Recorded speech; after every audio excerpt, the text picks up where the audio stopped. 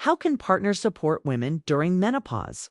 Yeah, well, there is that piece that can't be overlooked of like what's the health of the relationship, and Right. what's that like? Because if I would say that just as though just the woman is experiencing stress, right, a stressor to her body, like I was saying, but that also means the relationship is going to be undergoing some stress, most likely. So, Of course. like, what's the bank account for that relationship, for one? Like, is it already like right on the edge, and like you haven't been doing that well? Because that it could just push it over right to where things get really rough.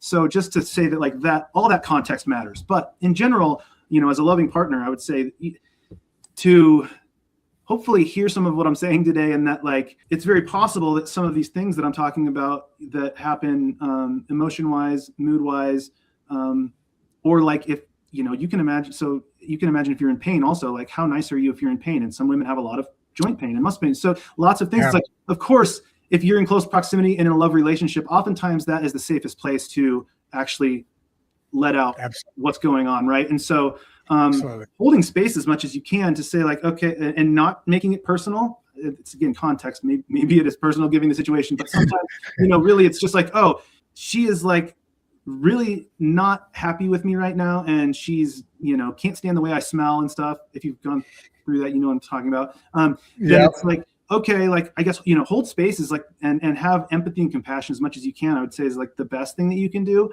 in that situation. And couples counseling really cannot be overstated. Like, it is really helpful. Professional work.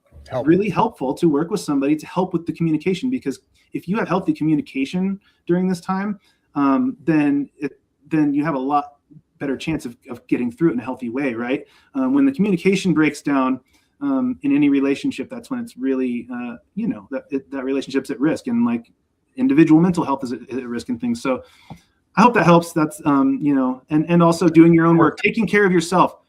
Men, take care of yourself, because there might be some relationship stress. Do things that are good for yourself.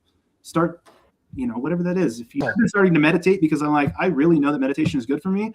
And so I need to just stop putting it off and just make myself do it. It's non-negotiable. So